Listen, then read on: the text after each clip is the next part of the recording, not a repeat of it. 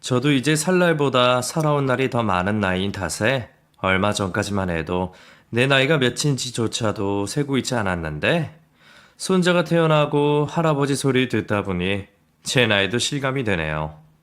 100세 인생을 산다면 아직 30년도 더 남은 인생이지만 이미 젊은 시절은 다 보낸 제가 살 날이 앞으로 얼마나 남았을까 싶습니다. 지나간 세월이 아쉬우면서도 또 한편으로는 지금 누리는 이 행복과 경험들이 더없이 소중하게 느껴지곤 합니다. 하지만 사실 이 행복도 원래 제가 누릴 행복이 아니었습니다. 처음부터 남의 것이었고 내 가족이 아니고 내 아들이 아니었죠.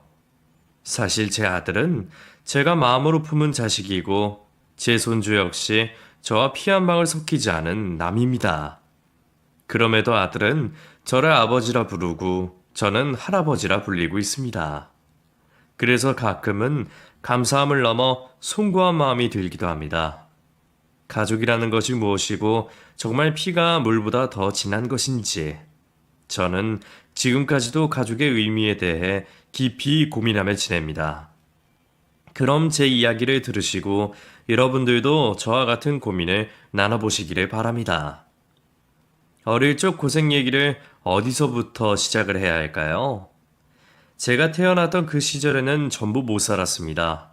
물론 그 와중에도 잘 먹고 잘 사는 사람들은 어디에나 있지만 그때는 지금 평범하게 누리는 것들이 전부 귀했고 못 사는 사람들이 훨씬 많던 시절이었죠. 전쟁은 막 끝났지 먹을 것은 없지.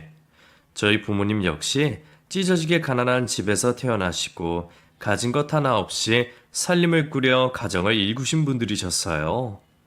요즘이야 자식 하나 낳는 것도 신중하게 생각해서 귀하게 키우지만 그때는 그런 게 없었습니다. 결혼했으니 낳는 것이고 저도 그중 하나였습니다. 위로 형을 두고 둘째 아들로 태어난 저는 늘 형의 그늘에 가려 부모님의 관심이나 애정을 받아본 적이 없었습니다. 부모님은 없는 살림에 뭐 하나라도 생기면 좋은 것, 귀한 것은 전부 형에게 해주었고 저는 그걸 먼 발치에서 바라만 보고 자라야 했습니다. 형은 집안의 가장이라며 할머니며 부모님이며 전부의 사랑을 받았던 사람입니다. 너무 오냐오냐 자라서 그런지 몸이 너무 약할 정도였죠. 어릴 적부터 몸이 약해서 없는 살림에도 약지어 먹이고 귀하게 키웠던 형은 장남으로서 나서서 하는 일이 없었습니다. 밑에 동생들 챙기는 일도 모두 제 몫이었고 아버지 농사일 돕고 허드렛 일 하는 것은 전부 제 몫이었습니다. 그럼에도 부모님은 늘 형만 아끼셨고 저는 하는 만큼 하면서도 무시당하고 구박받으면서 괜히 섭섭한 티도 내지 못했습니다. 둘째로 태어난 게 일이 서러울 줄은 누가 알았겠냐마는 그래도 그때는 가족을 위해, 형을 위해 내가 희생하고 참는 것이 당연한 제 몫이라 생각하고 살 수밖에 없었고 원래 내 할 일이라 생각하며 묵묵히 견디는 수밖에 없었던 겁니다. 식구 많은 우리 집은 늘 끼니 한번 제대로 챙기기가 어려웠고 저는 20살 이전까지 쌀밥 한번 먹어본 적이 없었습니다. 어쩌다 흰쌀이 생기면 그건 전부 형의 몫이었지 제 몫은 아니었으니까요. 늘 옥수수나 보리나 섞어 먹던 탓에 한때는 흰쌀밥 원 없이 먹어보는 게 소원인 시절도 있었네요. 형편은 넉넉하지 못한데 식구는 많다 보니 그마저도 아껴 먹고 내 생일날에도 형 먼저 챙기시는 어머니 덕에 저는 늘 배불리 먹어보지 못했습니다. 그래서 체구도 작고 깡따구만 늘었나 싶기도 하네요. 그런 사정에 공부는 당연한 사치였습니다. 형이야 집안 일으켜야 할 장남이니 약한 몸에 약까지 먹어가며 계속 공부시킬 생각이셨지만 저는 중학교만 졸업하면 아버지 농사일을 배울 계획이었습니다. 나도 교복 입고 책보 들고 학교 다니고 싶었지만 제가 바랄 수 있을 만한 형편이 아니었죠. 그런 참에 어머니가 제게 생각지도 못한 말씀을 꺼내셨습니다. 저더러 남의 집 양자로 들어가라는 말씀이셨죠. 경보가, 너 그 집 가서 아들 할래? 그 집이 아들 집 나가서 죽고 대이일 사람이 없어서 아들로 들일 자식을 찾는다더라. 딱 네 나이쯤 됐으면 좋겠다 하는데 그 집 가면 공부도 시켜주고 물려받을 재산도 있다는데 너 학교 가고 싶다 그랬잖아. 어때? 안 좋겠냐? 공부를 시켜준다는 건 솔깃한 이야기였지만 아무리 미워도 내 식구, 내 가족이 여기 있는데 남의 집 가서 성 바꾸고 남의 아들 노릇한다는 게 참 마음에 내키지가 않았습니다. 제가 어머니 아버지 두고 어딜 가요? 저 학교 안 가도 되니까 그냥 집에 있을래요. 어차피 고등학교 가봐야 내가 뭐 대단한 일을 할 것도 아니고 공부는 형이 하고 나는 농사 배워서 아버지 도와야죠. 됐어요. 얘야, 경보가. 그게 그리 쉽게 생각할 만한 일이 아니다. 공부만 시켜준다는 거면 몰라도 자식 없는 그 집 가서 아들 노릇하면 나중에 그 집 재산 다 네가 받을 것인데 이것만 시켜준다면 무조건 해야 하는 일 아니겠냐? 우리가 너한테 뭐 물려줄 게 있는 것도 아니고 너 장가 갈 때 돈 한 푼 못 해줄 것인데 너를 위해서라도 우리를 위해서라도 가는 편이 좋지. 너무 쉽게 결정하지 말고 찬찬히 생각해봐. 제 걱정을 하시는 듯 했지만 결국 부모님이 바라시는 것은 제가 그 집에 가는 것이었나 봅니다. 입 하나라도 덜 생각이신지 아니면 제가 남의 집 아들 노릇하다가 다른 식구들 도움이라도 주기를 바라는 것인지 어쨌든 내심 제가 그 집에 갔으면 하시는 어머니 아버지를 보며 저는 차마 안 간다는 소리를 할 수가 없었고 저는 마지막까지 자식된 도리를 하겠다는 생각에 결국 남의 집에 양자로 들어가게 되었습니다. 그렇게 떠밀리듯 남의 집에 양자로 들어가 성을 바꾸고 그 집 자식 노릇을 하게 되었지만 생활은 제가 생각하는 것과 많이 달랐습니다. 가기만 하면 공부도 시켜주고 아들 대접해준다는 말과 달리 그 집에서는 저를 그리 반기지도 않았고 귀하게 여기지도 않았습니다. 그저 농사 짓는 집에서 일손 도울 아들이 없어서 아쉬웠던 건지 공부는커녕 하루 종일 일만 시키더군요. 그러다 보니 내가 이 집에 머슴살이 하러 온 것인지 정말 아들 노릇하러 온 것인지 모르겠지만 그래도 나중에 유산이라도 받을 생각에 저는 잘 알지도 못하는 그분들을 어머니 아버지라 부르며 그 집 아들 노릇을 열심히 할 수밖에 없었습니다. 어떻게든 참고 버티긴 했지만 참 서러운 시절이었습니다. 중학교 다닐 나이면 나도 철이 들 만큼 든 나이라 생각했는데도 가끔은 지척에 계신 부모님이 그리워 달려가고 싶은 마음도 자주 들었고 가기 싫다고 버틸 걸 그랬다는 후회도 들었습니다. 우리 집보다는 훨씬 나은 형편에 밥 굶는 일은 없었지만 눈칫밥이 꽁보리밥보다 못하다는 것은 겪어보고서야 알게 된 일이었습니다. 그래도 저는 오로지 우리 부모님 생각해서 그 집에서 눈칫밥 삼키고 힘든 일과를 견뎌냈던 건데 제가 그 집에 아들로 들어간 지 겨우 2년 만에 죽었다던 그 집 아들이 살아 돌아왔습니다. 새벽부터 식구들을 깨우는 대문 소리에 제가 달려나가 문을 열었더니 나보다 몇 살 더 많아 보이는 웬 부랑자가 집 앞에 서 있는 겁니다. 자기는 거짓골을 하고 있으면서도 나를 남의 집에 든 강도 취급을 하는 것을 보니 그 사람이 누군지 알겠더군요. 어머니, 아버지, 나 왔어. 하며 부르는 소리에 안채에서 양부모님이 버선발로 달려 나오셨고 저는 그 꼴을 또 먼 발치에서 지켜볼 수밖에 없었습니다. 결국 저는 그 집 친아들이 살아 돌아왔다는 이유로 또 한 번 쫓겨나듯 그 집을 나가야 했고 집으로 돌아간 저는 친부모에게서도 환영을 받을 수 없었습니다. 어떻게든 좀 붙어있지. 어쩌자고 여기로 돌아왔대. 그 집에서 필요 없다는데 어떻게 해요. 그리고 공부시켜주고 잘해준다 그러더니 그것도 순 거짓입니다. 나 2년 동안 그 집 소먹이고 농사일하고 그런 것밖에 안 했어요. 그래도 이 악물고 버티면 유산이라도 물려받을 줄 알았더니 여태 일 한몫도 안 쳐주고 집에 들어가라 하대요. 어차피 아직 호적 정리도 안 했고 내가 진짜 그 집 자식도 아니니까 내가 거기서 어떻게 버티고 있겠어요. 그렇다고 이렇게 오면 우리는 뭘 어쩌겠냐. 이제 너 지낼 것도 없고 너 먹일 여력도 없는데 아이고, 참 돌아버리겠네. 사실 저는 그렇게 쫓겨나면서도 내심 기뻤습니다. 드디어 집에 돌아가는구나. 마치 지난 2년간 남의 집에 머슴살이 하다가 드디어 풀려난 기분이었죠. 하지만 정작 가족들이 저를 반기지 않았습니다. 불과 2년 사이에 전부들 나를 잊어버린 건지 나를 두고 어색해하고 나를 객식구 취급하는 겁니다. 부모 형제들마저 나를 그리 대하는 걸 보고 서러워진 저는 결국 집을 나오게 되었습니다.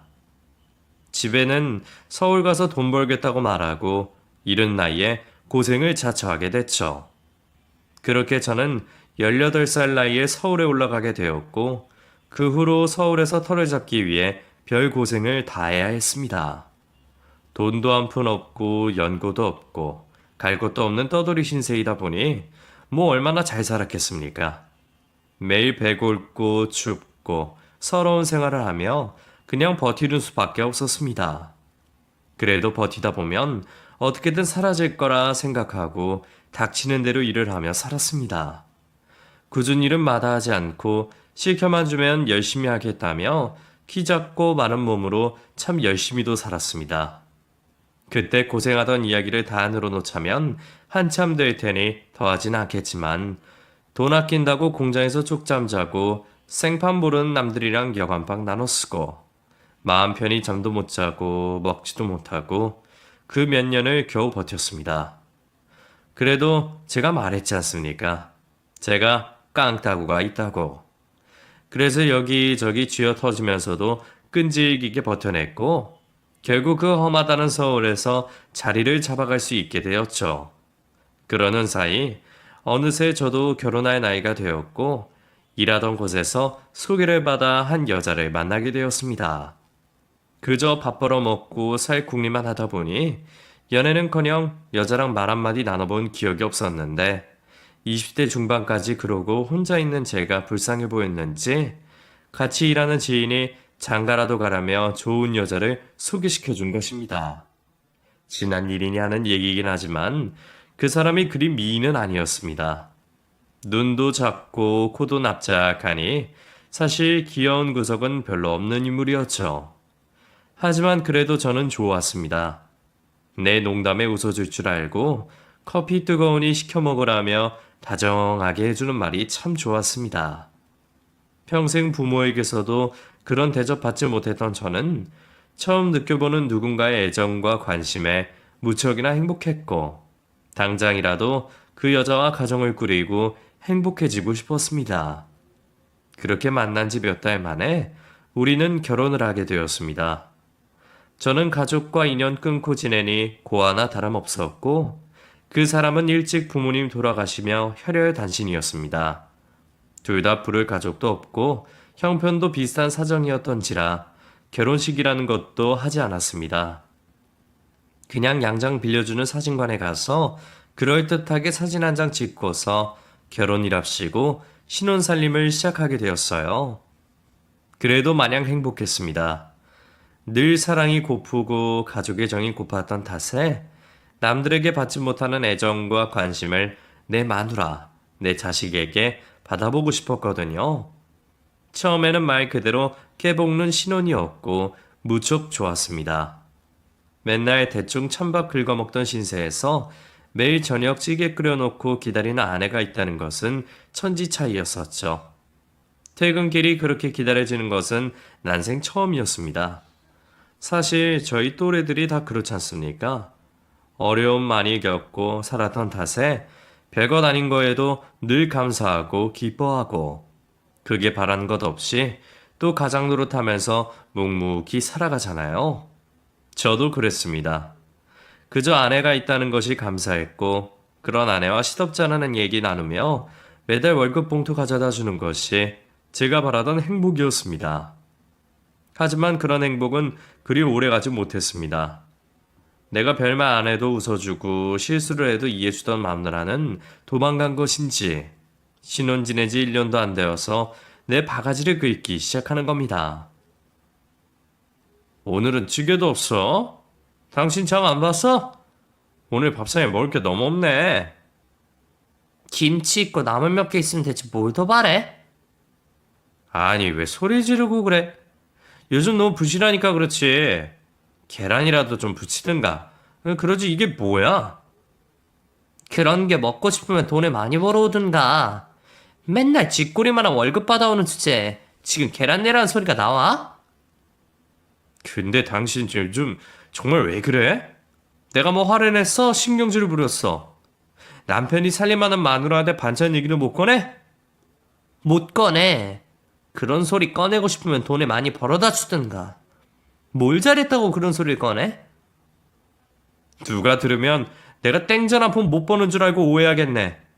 아직 자식도 없는데 이 돈이면 둘이 먹고도 살고도 충분히 남는데 대체 뭐가 문제야? 뭐가 문제냐고? 그래서 매달 이렇게 대충 먹고만 살면 되는 거야? 그래서 이런 좁아 터진 집에서 평생 살고 이런 데서 자식 키우려고? 당신이 결혼해서 가장 노릇을 하고 싶으면 더 나아질 생각을 해야지. 저축도 하고 있잖아. 여기 몇 년이나 살았다고 벌써 불평을 하고 그래.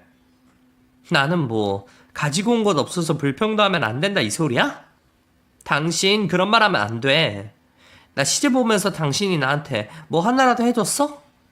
부릴 사람 없다고 결혼식도 안 하고 남들은 결혼바지 좋은 거 같은데 난 어디 갖다 팔지도 못하는 거 하나 해줘놓고 당신이 나 입으라고 옷이라도 사줬어. 보석이라도 둘러줬어. 언제는 호갱시켜주겠다 그러더니 이게 사람 사는 꼬라지야? 아이고 그래 알았어. 돈 많이 못 벌어온 내가 죄인이다 죄인. 내가 미안하다 그래. 못 배우고 가진 것 없는 제가 아무리 열심히 살아봐야 삶이 얼마나 많이 나아지겠습니까? 그래봤자 거기서 거기였지만 그래도 저는 성실하게 살겠다고 노력했습니다. 하지만 아내의 눈에는 턱없이 부족했던 모양입니다.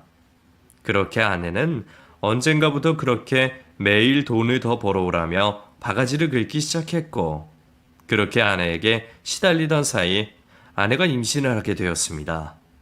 결혼하고 몇 년째 아이 소식이 들리지 않아 저희도 걱정이 많았는데 지성이면 감천이라더니 하늘이 드디어 우리 뜻을 들어주신 거라 생각했습니다. 그리고 임신한 아내는 아이 때문이라도 저와 다시 잘 지내려 노력하는 듯 했죠. 덕분에 저도 더 이상 잔소리에 시달리지 않았고 곧 태어날 아이와 아내를 위해 뭐든지 하리라 마음을 먹었습니다. 아이의 출산을 기다리는 일은 결혼과는 또 다른 기쁨이었습니다. 세상에 나를 닮은 분신이 생긴다는 것이 얼마나 기대되고 설레는 일인지 겪어보신 분들은 모두들 아실 겁니다. 저 또한 그랬고 아이가 태어날 때까지 온갖 기대를 다하고 있었죠. 산통을 하며 분만실로 들어간 아이와 아내를 기다리며 하염없이 기도만 하고 있었습니다. 간호사가 제 아이를 품에 안겨주는데 시뻘건 애를 보며 이 애가 내 자식이라니 얼마나 벅차고 기뻤는지 모릅니다. 하지만 아이의 혈액형을 들은 순간 저는 한순간에 모든 희망을 내려놓을 수밖에 없었습니다. 제가 길게 배우진 못했다고는 하지만 공부는 참 좋아했습니다. 그래서 여기저기서 주워드는 것도 많았고 학창시절에 공부도 열심히 했었어요. 학교 다닐 적에 혈액형에 대해서 배운 것을 떠올리면 아이의 혈액형은 말이 되지 않았습니다. 불과 얼마 전에 우리 두 사람 다 병원에서 검사도 받았으니 우리 부부의 혈액형이 잘못되었을 리도 없었습니다. 그래서 제가 물었습니다. 여보, 당신 A형이고 난 O형이잖아. 근데 우리 애가 왜 AB형이지? 뭐가 잘못된 거 아니야? 무슨 말 하는 거야. 애 혈액형이 뭐 어쨌다고. 당신이랑 나랑 사이에서는 아이가 AB형일 수가 없지. 제가 설명을 하는데도 아내는 알아듣지 못했습니다. 그 사람 가방끈도 짧고 책 읽는 건 아주 싫어했으니 그 시절의 혈액형이니 뭐 그런 건 잘 모른다 치더라도 그 상황 자체가 말이 되지 않았습니다. 당신 솔직하게 말해봐. 이 애 내 자식 맞아? 뭐? 아니 당신은 하다하다 방금 애 낳은 마누라한테 그런 모함을 해? 내가 그럼 어디 밖에서 자식을 만들어 오기라도 했다는 거야? 세상에, 동네 사람들, 이 남자 좀 보세요. 10달 품어서 개고생하면서 아들 낳아줬더니 낳자마자 남의 자식이라고 이상한 소리 하고 있고, 그놈의 피가 뭐 어쨌다는 건데. 아내는 처음에는 끝까지 잡아떼더군요. 그냥 우기면 내가 검사해보자 하지 못할 거라 생각했는지 절대로 그런 일이 없다며 저를 괜히 마누라 의심하는 냉혈한처럼 말했습니다. 저도 차라리 내가 잘못 알고 있는 거라 생각하고 싶었습니다. 아이가 태어나기를, 내 가정을 꾸리기를 얼마나 기다려왔는데 설마 그런 생각은 하지도 못했으니까요. 하지만 의사까지 나와서 혈액형이 이상하다는 얘기를 하고 결국 검사까지 하고 나서야 더 우기지 못했습니다. 그리고 뒤늦게서야 자기 잘못을 시인하고 제게 솔직한 사실을 밝히는 겁니다. 여보, 내가 잘못했어. 내가 미안해. 당신 정말 나를 두고 바람을 핀 거야? 대체 언제부터? 대체 누구랑? 여보, 미안해. 내가 잠깐 돌았었나 봐. 그냥 잠깐 실수했던 건데 설마 남의 자식일 줄은 몰랐어. 그렇다고 이제 와서 이혼이라도 할 거야? 우리 그러지 말자. 애가 싫으면 보낼게. 우리 애는 또 낳으면 되잖아? 나 당신이랑 평생 살고 싶어. 나 한 번만 용서해주면 앞으로 아무 소리 안 하고 찍소리 안 하고 살게. 여보, 정말 미안해. 한 번만 눈 감아줘. 제발. 심지어 아내가 바람핀 인간은 제가 모르는 사람도 아니었습니다. 우리랑 한 동네 살며 이웃사촌하던 쌀가게 사장이었습니다. 모르는 사람이면 몰라도 형 동생하며 알고 지내던 사람이랑 그랬다는 것을 듣고는 저도 제정신일 수 없었습니다. 결국 저는 그 집을 찾아가 뒤집어 엎고 아내와 한바탕 하며 결국 이혼이란 것을 하게 되었습니다. 마음 같아서는 두 인간 다 간통죄로 잡아놓고 싶었는데 그래도 그동안 산 정 때문에 그런지 이제 막 아이 낳고 누워있는 그 여자를 차마 감옥에 보낼 수가 없었습니다. 결혼할 때는 사진 한 장 찍고 간단하게 했는데 이혼은 대체 어떻게 해야 하는 건지 그것도 참 머리 아픈 일이었죠.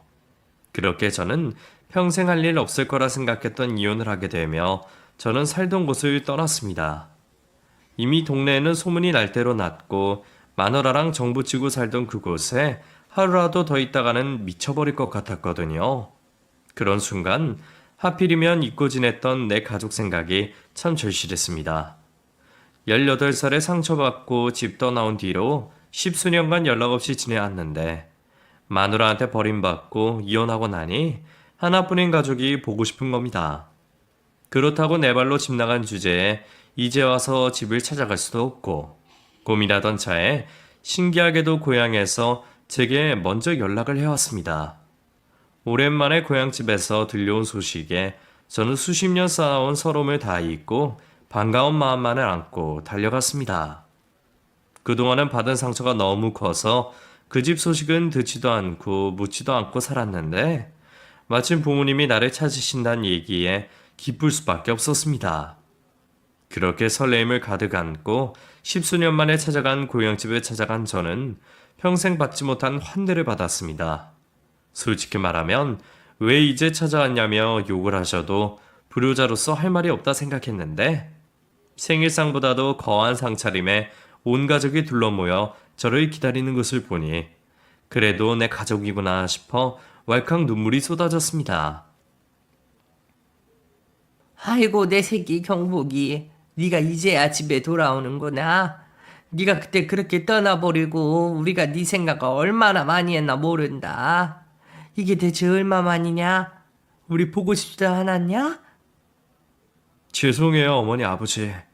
이렇게 반겨주실 줄 알았으면 진작에 찾아뵈었을 텐데 제가 이 집 식구가 아닐 것 같다는 생각에 철없이 방황하며 살았습니다.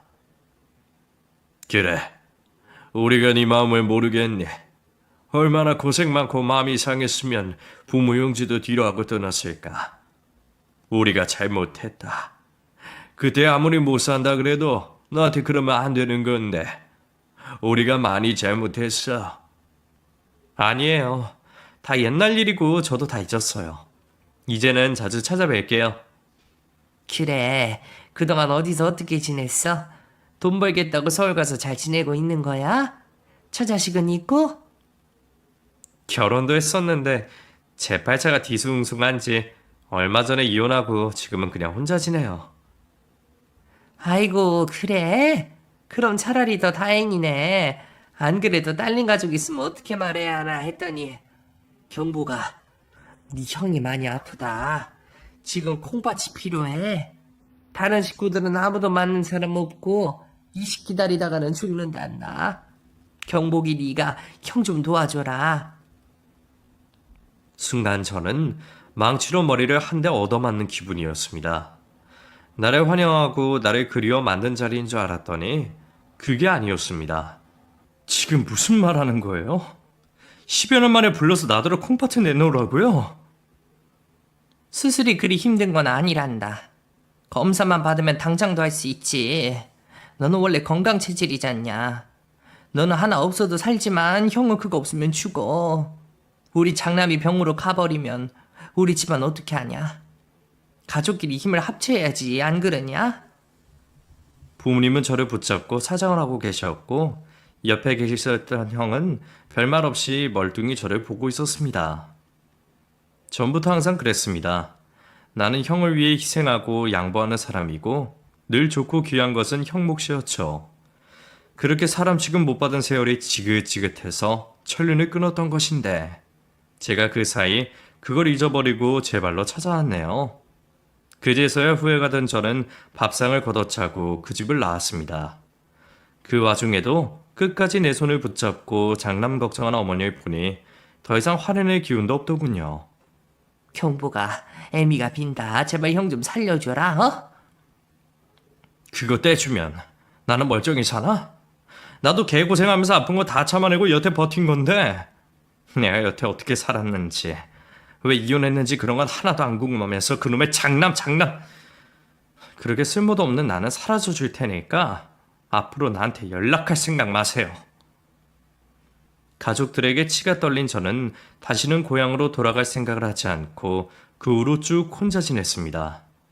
좋은 기회를 얻어 재혼을 하면 좋았겠지만 제 사정 때문에 그럴 생각도 하지 못했죠. 나중에 알고 보니까 제가 불임이더군요. 그제서야 전처랑 있던 일도 생각이 들고 그렇게 헤어진 게 서로에게 다행일지도 모르겠다는 생각이 들었네요. 제가 불임이라는 것을 듣고 나서는 저는 재혼을 포기하기로 했습니다.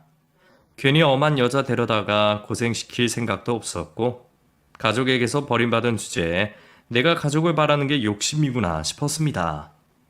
그렇게 혼자 살기로 마음먹은 저는 혼자라도 어떻게든 먹고 살 생각에 그동안 모은 돈을 탈탈 털어 국밥집을 차리게 되었습니다. 왜 하고 많은 중에 국밥집을 차리냐고 하시면 그냥 제 작은 바람이었다고 해야겠네요. 배 고르며 고생하던 그 시절에 국밥 한 그릇이 그렇게 먹고 싶었습니다.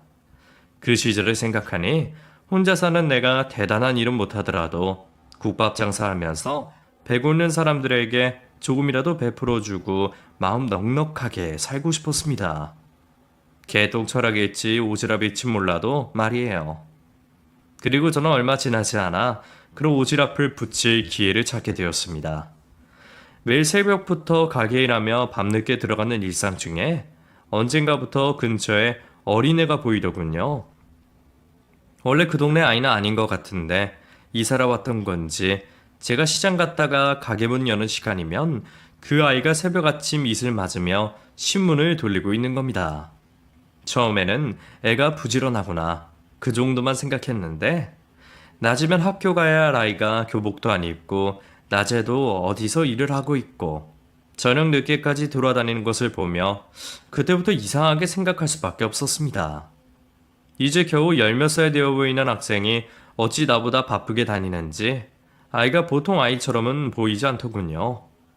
매일 길을 돌아다니는 그 아이를 눈여겨보게 된 저는 어느 날 우리 집 앞을 서성이는 그 아이를 불러 세우게 되었습니다. 식사 시간도 한참 지났는데 여태 밥을 못 먹은 건지 가게로 들어오지도 못하고 근처만 빙빙 도는 걸 보았죠. 예, 너 이리 와봐라. 예? 저요? 그래, 너 여기 근처 사는 애 맞지? 새벽에 신문 돌리고 몇 살이야? 16살인데요. 그럼 너 학교 다니는 아이 아니냐? 왜 학교도 안 가고 이러고 있어? 그냥요. 너 밥은 먹었냐? 안 먹었으면 이리 들어와라. 밥 먹자. 아이의 나이가 생각보다 많아서 좀 놀랐습니다. 보이기로는 더 어려 보였는데 아마 못 먹고 못 자란 게 아닌가 싶더라고요. 낯선 사람이 두려운지 말도 잘 못하고 쭈뼛 떼는 아이를 데려다가 따뜻한 국밥을 먹였습니다. 묻는 말에 대답은 잘 못하면서 국밥 말아주니 그건 또 잘 먹더라고요.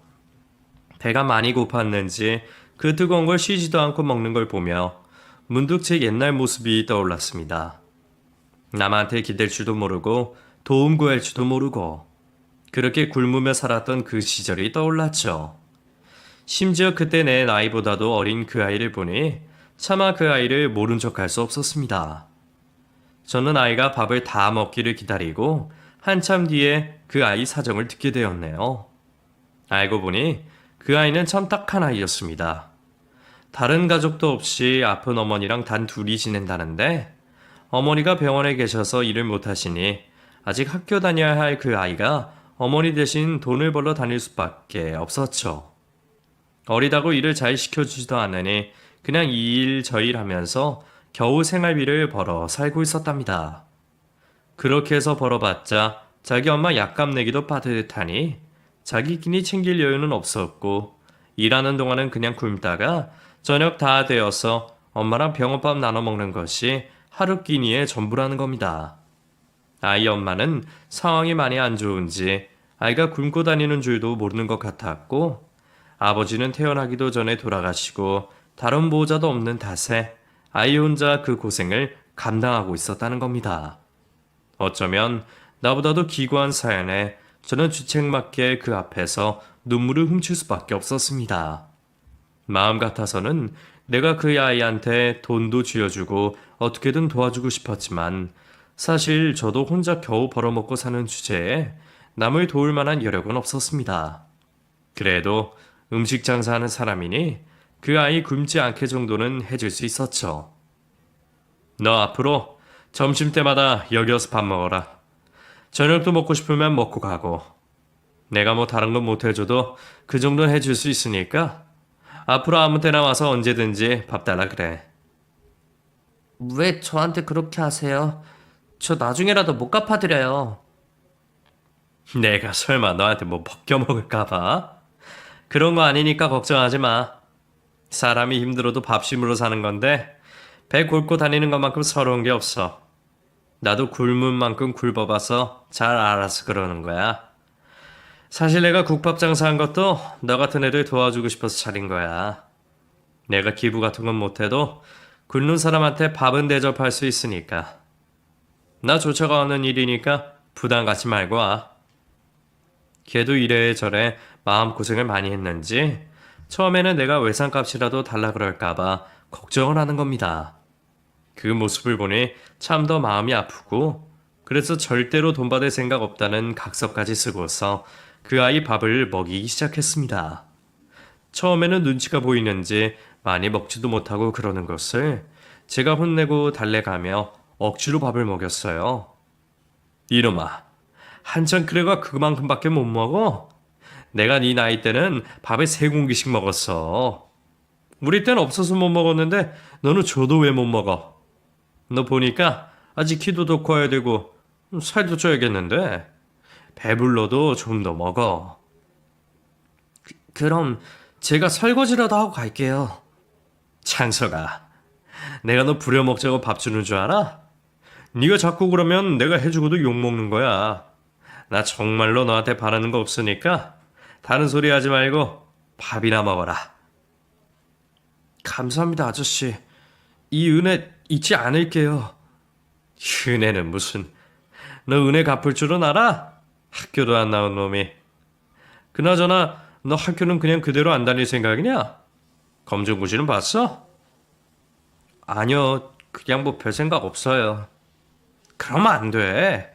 공부도 다 때가 있는 건데 아무리 네 사정이 빠듯하다 그래도 졸업장 있는 거랑 없는 거랑 천지 차이다. 학교 다닐 시간 없으면 검정고시라도 다 놔. 아저씨가 책 사줄게. 그냥 밥만 먹이로 했는데 그 아이를 보다 보면 왜 제가 자꾸 겹쳐 보이는지 말이에요. 나는 형편이 안 좋아서 고등학교도 못 나왔지만 그 아이는 아니었으면 바랬습니다. 그래서 공부할 여력 없다는 그 아이를 붙잡고 매일 조금씩 공부를 시켜서 검정고시를 보게 했습니다. 그렇게 해서 미처 다 마치지 못한 중학교 졸업장도 따고 얼마 뒤에는 고등학교 졸업장까지 따게 되었죠. 애가 머리가 나쁜 것도 아닌데 형편 때문에 공부를 못하는 걸 보니 제가 사비를 털어서라도 도와주고 싶은 심정이었습니다. 그렇게 저는 그 아이를 제 아들처럼 생각하며 이래저래 챙겼습니다. 그놈 20살 되자마자 아이 어머니가 돌아가셨을 때에도 제가 장례까지 곁에서 지켰습니다. 아저씨, 저 이제 어떻게 해요? 저 엄마 없이 이제 어떻게 살아요? 저 진짜 죽을 것 같아요. 혼자 너무 무서워요. 장수가, 괜찮아. 괜찮아. 그리고 너 죽는다는 소리 함부로 하는 거 아니다. 네가 지금 이러고 있으면 너희 어머니가 얼마나 속상하시겠냐. 어머니 가시는 길이라도 편하게 해드려야지. 그리고 너도 이제 어른인데 혼자서라도 살 생각을 해야지. 이러면 되겠냐? 여태 엄마 때문에 그나마 버틴 건데 이제는 왜 살아야 하는지 모르겠네요. 이제는 너를 위해서 살아. 네 인생인데 너 위해서 살아야지. 그게 맞는 거 아니냐? 그리고 네가 왜 혼자야? 아저씨가 있지 않냐? 힘들어하는 그 아이를 보니 얼마나 마음이 아프던지요. 혼자라며 힘들어하는 아이의 그 마음을 제가 누구보다 잘 알았습니다. 그런 아이가 걱정되었던 저는 그 아이를 옆에서 더 챙겨주고 싶었습니다. 그렇게 제가 10년간 그 아이 밥을 먹이며 그 아이가 자라는 것을 봐왔습니다. 20살이 넘어 제대로 된 사회생활을 하고 연애를 하는 것도 전부 지켜봤죠. 그래봤자 저는 그냥 동네 국밥집 아저씨이고 우리 사이는 아무 사이가 아니었지만 저는 10년 사이 그 아이를 너무 애틋하게 생각했습니다. 그런데 그랬던 창석이가 어느 날 갑자기 사라지며 소식이 끊기면서 저는 큰 충격에 빠지게 됐습니다. 이제 다 큰 성인이니 어딜 가라도 이상한 것이 아니지만 나한테 소식도 없이 이사를 가버린 것을 보니 뭐라 말을 할 수 없는 기분이 드는 겁니다. 어쩌면 그 아이가 제게 도움을 받은 것이 아니라 제가 그 아이에게 도움을 받았던 건지 창서이가 사라진 뒤로 저는 깊은 상실감을 얻을 수밖에 없었습니다. 그렇게 몇 달이 지났을까요? 여전히 창석이 송식을 오매불망 기다리던 저는 국밥집 앞으로 회장님 차가 서는 것을 보게 되었습니다. 정겨운 그 동네에 전혀 어울리지 않는 고급 차종에 눈이 희둥그레치더군요. 대체 누구시길래 그런 차를 타고 우리 국밥집을 찾으신 건지 저는 궁금함에 가게 앞으로 뛰쳐나갔습니다. 그런데 기사가 문을 열어주는 그 차에서 내린 것은 다름 아닌 창석이었습니다. 너무 놀라 입을 떡 벌린 제게 창석이가 저를 이렇게 말을 하는 겁니다. 아버지, 국밥 한 그릇 말아주세요. 창석아, 이게 뭐냐? 이거 네 차야? 예, 자세한 건 안에 들어가서 말씀드릴게요. 우선 들어가서 얘기해요, 아버지. 그러게 창석이에게서 듣게 된 이야기는 정말 놀라웠습니다. 오래전 얼굴도 보지 못했던 창석이의 아버지는 사실 부잣집 외동 아들이었답니다. 그 집에서 창석이 어머니를 반대했고 둘은 결국 헤어지고 창석이 어머니 혼자 힘들게 창석이를 키웠던 것이죠. 창석이 아버지는 창석이가 태어난 줄도 모르고 죽어버렸답니다. 그렇게 대가 끊긴 그 집에서는 나중에서야 창석이의 소식을 알게 되었고 조부모님이 돌아가시면서 창석이에게 전 재산을 상속하고 가셨던 겁니다. 그래서 그거 정리하느라 연락을 못 드렸어요. 너무 잘된 일이다. 세상에. 아니 그래도 연락 정도는 해주지. 네가 갑자기 소식도 없이 사라져서 얼마나 놀랐는지 말이야. 내가 진짜 가족도 아니라서 널 찾을 방법이 없더구나. 죄송해요. 저도 몰랐던 일이라 너무 정신도 없었고, 사실 돌아와서 보여드릴 것도 있고 해서요. 저 아저씨, 이거 받아주세요. 이게 뭐야? 입양 신청 서류? 이게 뭐냐? 사실 그동안 아저씨가 저를 얼마나 아끼시는지 자식 이상으로 생각하신다는 것도 잘 알고 있었어요. 근데 제가 아버지가 없어 봐서 그런지 아버지라 부르는 것도 불편하고 정말 자식도 아닌데 괜히 패를 끼칠 수가 없었어요.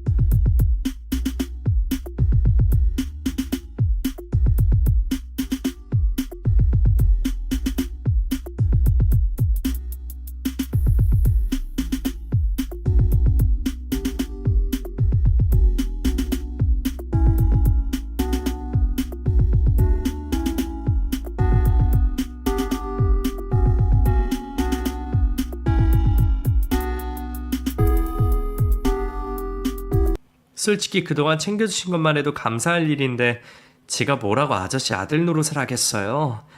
근데 지금은 그래도 뭐라도 해드릴 수 있을 것 같아서 솔직하게 말씀드리는 거예요. 아저씨, 저 입양해주세요. 그 말을 듣고 무슨 말을 해야 할지 모르겠더군요. 사실 섭섭하지 않았다면 거짓말입니다. 내가 더 해주고 싶은 것을 늘 마다하는 창석을 보면서 저는 결국 그냥 동네 아저씨일 뿐이라며 가끔 서운하기도 했습니다. 그런데 속으로는 나를 아버지처럼 생각했다는 창석의 말을 들으니 창석이가 부자가 되었다는 얘기보다 그 소리가 더 반갑게 느껴지는 겁니다. 그리고 그렇게 직접 내미는 입양 서류를 보니 뭔가 말하지 못할 감정이 끓어오르는 기분이었습니다. 제가 내 아들인 줄 알았던 아이의 출산을 보던 그날의 기분과 비슷하더군요.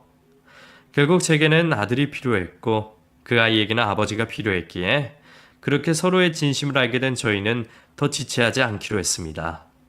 저희는 법적으로 진짜 부자 관계가 될 수 있었습니다. 하지만 사실 그 뒤로도 크게 바뀐 것은 없었습니다. 창서이가 저를 꼬박꼬박 아버지라 부르는 것 말고는 우리 관계는 이전과 변함이 없었어요. 어쩌면 오래전부터 이랬어야 했는데 이제서야 한 식구가 되어 감격스럽기만 했던 거죠.